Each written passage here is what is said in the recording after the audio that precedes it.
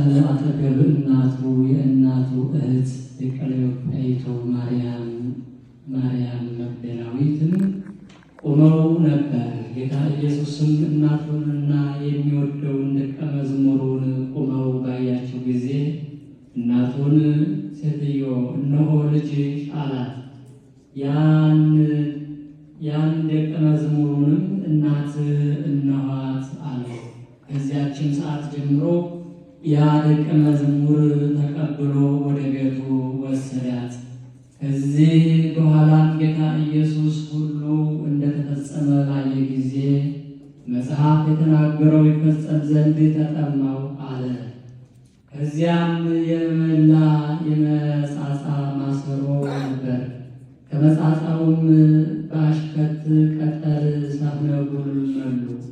በዘንግ አድርገውም ከአፉ አገናኝተው ጨመቁት።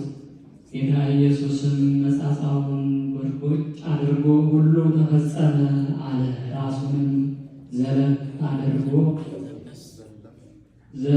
አድርጎ ነፍሱን ከሥጋው ለየ።